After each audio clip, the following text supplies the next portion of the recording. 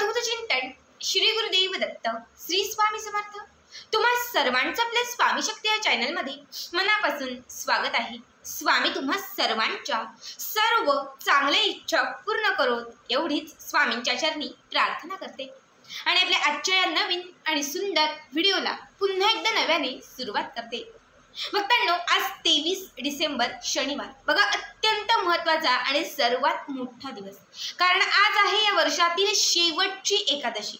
मात्र मार्गशीर्ष महिन्यातील ही एकादशी विशेष महत्त्वाची आहे। बघा, आज भागवत एकादशी आहे। खरं तर एकादशीचं व्रत हे भगवान श्री विष्णूंसाठी समर्पित आहे। या दिवशी भगवान श्री विष्णूंना प्रसन्न करण्यासाठी, भगवान श्री विष्णूंची कृपा प्राप्त करून घेण्यासाठी आपण असंख्य अशा सेवा करत असतो।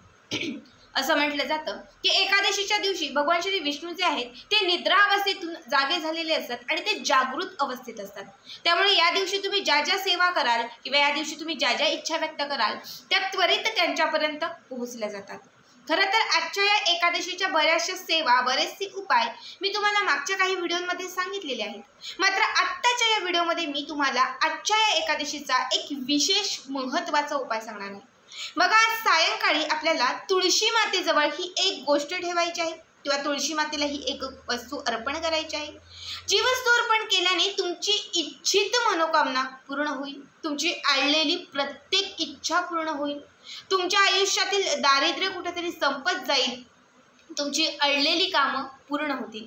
बघा, तुळस माता ही भगवान श्री विष्णूंची प्रिय सखी मानली जाते, जिला भगवान श्री विष्णूंची सर्वात प्रिय गोष्ट म्हटली जाते। आपल्याला प्रत्यक्ष रूपाने भगवान श्री विष्णूंपर्यंत पोहोचता येणं शक्य नाहीये, त्यामुळे तुळशीच्या माध्यमातून म्हणजे त्यांच्यापर्यंत पोहोचायचं असेल तर आपल्याला तुळशीच्या सेवा कराव्या लागतात, तुळशी मातेजवळ आपल्या इच्छा व्यक्त कराव्या लागतात। आणि जेव्हा मनापासून अगदी तुम्ही निष्ठेने, विश्वासाने तुळशी मातेची सेवा करता तेव्हा त्या ज्या सेवा आहेत किंवा आपल्या त्या ज्या इच्छा आहेत त्या त्वरित भगवान श्री विष्णूंपर्यंत पोहोचल्या जातात। बघा, एकादशीच्या दिवशी तुळशीचं जे महत्त्व आहे ते विशेष आहे। त्यामुळे आजच्या दिवशी आपल्याला जितकी शक्य तितकी जास्त भगवान श्री विष्णूंची आणि तुळशी मातेची सेवा करायची आहे। ज्यांना आज व्रत करणं शक्य नसेल किंवा ज्यांना आज जास्त सेवा करणं जमणार नसेल त्यांनी कमीत कमी हा एक उपाय केला तरीही तुम्हाला संपूर्ण व्रताचं फळ लाभेल, तुमच्या इच्छित मनोकामना पूर्ण होतील। बघा, हा जो उपाय आहे हा आपल्याला सायंकाळी शक्यतो 5:30 नंतर म्हणजे प्रदोष समयानंतर ते 9:30च्या आतमध्ये करायचं आहे। ठीक आहे, आपल्याला काय करायचं आहे, तुम्हाला एक भोजपत्र घ्यायचं आहे। आता भोजपत्र म्हणजे काय, तर ते जेवणाचं किंवा कुठलं असं काही नाहीये। बऱ्याच लोकांच्या अशा कमेंट्स असतात भोजपत्र म्हटल्यानंतर पूजेचं जे साहित्य भेटतं त्या दुकानात तुम्ही फक्त सांगा की आम्हाला भोजपत्र द्या। एक छोटासा असा कागद असतो, अगदी मोठाही असतो, एक छोटासा तुकडा पाहिजे असेल तर छोटासा, जेवढी साईज आपल्याला पाहिजे तेवढी साईज ते देतात। तर भोजपत्र म्हणजे कागदाचा छोटासा तुकडा असतो जो पूजेच्या विधींसाठी किंवा पूजेच्या गोष्टींसाठी वापरला जातो। बघा, भोजपत्र ही अशी गोष्ट आहे जी इच्छित मनोकामना पूर्ण होण्यासाठी अत्यंत विशेष आणि महत्त्वाची समजली जाते। तर तुम्हाला हेच भोजपत्र घरी आणायचं आहे। घरात जर ऑलरेडी असेल तर तेच घ्यायचे, अगदी छोटासा तुकडा असेल तरीही चालेल। ठीक आहे, या भोजपत्रावरती तुमची जी इच्छित मनोकामना असेल ती हळद कुंकवाने, चंदनाने, अष्टगंधाने किंवा मग लाल रंगाच्या पेनाने तुम्हाला लिहायचे आहे। ठीक आहे, त्यानंतर एक छोटंसं प्लेट घ्यायचं आहे। या प्लेटमध्ये हे भोजपत्र तुम्हाला ठेवून द्यायचे, ज्यावरती तुम्ही तुमची इच्छित मनोकामना लिहिलेली आहे। हे भोजपत्र तुम्हाला त्या प्लेटमध्ये ठेवायचं आहे आणि हे जे प्लेट आहे हे प्लेट तुम्हाला देवघरामध्ये जिथे भगवान श्री विष्णूंचा फोटो प्रतिमा असेल किंवा मग माता लक्ष्मीचा फोटो असेल किंवा बाळकृष्णांचा फोटो असेल, विठ्ठलाचा फोटो असेल, रामाचा फोटो असेल तर त्याच्या समोर तुम्हाला हे प्लेट जे आहे ते ठेवून द्यायचं आहे। ठीक आहे, साईडला एक तुम्हाला दिवा प्रज्वलित करायचा आहे, बाजूला उदबत्ती लावायची आहे।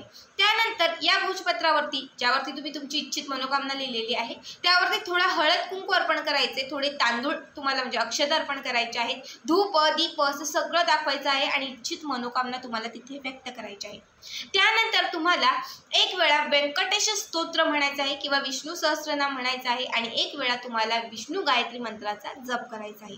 ठीक आहे, हे सर्व करून झालं की त्यानंतर तुम्हाला ती प्लेट उचलायची आहे आणि त्याचबरोबर एक दिवा प्रज्वलित करून घ्यायचा आहे। ठीक आहे, एक दिवा प्रज्वलित करून आणि ती प्लेट घ्यायची आहे आणि तुळशी मातेच्या जवळ तुम्हाला जायचं आहे. ठीक आहे. तुळशी मातेच्या जवळ गेल्यानंतर बघा, एकादशीच्या दिवशी सहसा तुळशीला आपण स्पर्श करत नाही, तुळशीचं पान तोडत नाही, तुळशीला पाणी अर्पण करत नाही, जल अर्पण करत नाही, कारण त्या दिवशी तुळशीचं निर्जला व्रत असतं. मग आपल्याला काय करायचंय, तुळशीच्या बाजूला, तुळशीच्या थोडंसं समोर वगैरे थोडीशी जागा जी आहे ती तुम्हाला, म्हणजे जी माती आहे ती माती उकरून तुम्हाला थोडीशी वरती काढायची, बाजूला काढायची, एक छोटासा खड्डा खोदायचा आहे आणि त्यामध्ये हे जे तुम्ही भोजपत्र घेतलेलं आहे, ज्यावरती तुम्ही इच्छा लिहिलेली आहे आणि हे जे भोजपत्र तुम्ही अभिमंत्रित केलेलं आहे ते तुम्हाला त्या मातीमध्ये पुरायचं आहे. वरती तुम्हाला माती टाकायची आणि ते लेवल करायचं आहे. ठीक आहे. हे करून झालं की त्या भोजपत्रावरती तुम्हाला एक दिवा प्रज्वलित करायचा आहे. घरामध्ये जो असेल, मातीचा असेल, दगडेचा असेल, चांदीचा असेल, पितळेचा असेल, कुठलाही दिवा घेतला तरीही चालेल. तो दिवा तुम्हाला बरोबर त्या भोजपत्राच्या वरती, म्हणजे भोजपत्र तुम्ही खड्ड्यात ठेवलेलं आहे त्यावरती माती प्लेन करायची आहे, थोडेसे वरती तांदूळ ठेवायचे आहेत आणि त्याच्यावरती हा दिवा तुम्हाला प्रज्वलित करायचा आहे. ठीक आहे. या दिव्याला हळद कुंकू अर्पण करायचं आहे. इच्छित मनोकामना पुन्हा एकदा तुम्हाला तिथे तुमची जी इच्छित मनोकामना आहे ती व्यक्त करायची आहे. त्यानंतर तुम्हाला एक वेळा विष्णू सहस्त्रनामाचं पठण करायचं आहे. फक्त एक वेळा विष्णू सहस्त्रनाम म्हणायचं आहे. पुन्हा इच्छित मनोकामना सांगायची आहे. तुळशी मातेला 7 वेळा प्रदक्षिणा घालायची आहे. समजा तुळशी मातेला प्रदक्षिणा घालणं शक्य नसेल, काही जागा नाही, तर स्वतःभोवती 7 वेळा प्रदक्षिणा घाला. त्यानंतर नमस्कार करून तुमची जी काही कामं असतील ती तुम्ही करू शकतात. जर पुरुष ही सेवा करणार असेल तर 43 दिवस करायचे आहे आणि महिला ही सेवा करणार असेल तर 41 दिवस करायचे आहे. म्हणजे तुम्ही आजपासून या सेवेला सुरुवात केली तर तुम्हाला काय करायचं आहे, दुसऱ्या दिवशी म्हणजे उद्याच्या दिवशी पुन्हा तुम्हाला त्या भोजपत्राच्या वरती एक दिवा प्रज्वलित करायचा आहे. सकाळी किंवा सायंकाळी दोघांपैकी कुठल्याही टायमाला एक दिवा तिथे पुन्हा प्रज्वलित करायचा आहे. पुन्हा तुम्हाला त्या दिव्याला हळद कुंकू अर्पण करायचं आहे, तुमची इच्छा तिथे व्यक्त करायची आहे आणि एक वेळा विष्णू सहस्त्रनाम म्हणायचे. असं सलग 41 किंवा 43 दिवस तुम्हाला कंटिन्यू करायचे. दररोज बरोबर त्याच जागी, ज्या ठिकाणी तुम्ही भोजपत्र पुरलेलं आहे त्याच ठिकाणी तुम्हाला तो जो दिवा आहे तो दिवा तुम्हाला लावायचा आहे. बघा, तुम्ही रात्री दिवा लावला तर सकाळी तो दिवा घासू शकता, पुन्हा रात्री तोच दिवा लावू शकता. दिवा बदलला तरीही चालेल, फक्त त्या जागी 41 किंवा 43 दिवस दिवा लावणं हे अत्यंत आवश्यक आहे. बघा, भोजपत्र ही इच्छा प्राप्तीसाठी अत्यंत विशेष आणि महत्त्वाची सेवा आहे.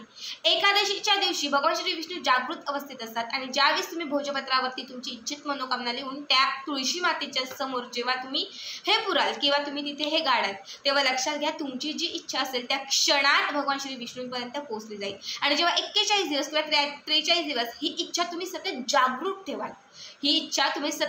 ठेवाल, तिथे दररोज इच्छा व्यक्त करून विष्णू सहस्त्रनामाचं पठण कराल, दररोज दिवा लावाल. लक्षात घ्या, तुमची कितीही अडलेली इच्छा असेल, कितीही मोठी इच्छा असेल, कितीही कठीण इच्छा असेल, ती 41 किंवा 43 दिवसाच्या आत पूर्ण होणार आणि होणार. हा माझा स्वतःचा अनुभव आहे. मी ही सेवा स्वतः केलेली आहे. बघा, समजा या काळात मासिक धर्म किंवा सुतक काळ असेल तर तुम्ही दुसऱ्या कोणाकडनं करून घेतली ही सेवा तरीही चालेल, किंवा मासिक धर्म असेल तर ते 4 ते 5 दिवस स्किप करा आणि त्याचे जे पुढचे दिवस आहेत ते पुढचे दिवस तुम्हाला काउंट करायचे आहेत. अत्यंत साधी सोपी सेवा आहे, जास्त काहीच नाहीये, पण इच्छा प्राप्तीसाठी ही विशेष सेवा आहे. सगळ्यांना सांगेन की आवर्जून करा. तर आजचा हा व्हिडिओ कसा वाटला कमेंट करा आणि पुढचे व्हिडिओ पाहण्यासाठी चॅनलला सबस्क्राईब करा. श्री स्वामी समर्थ. जय जय स्वामी समर्थ.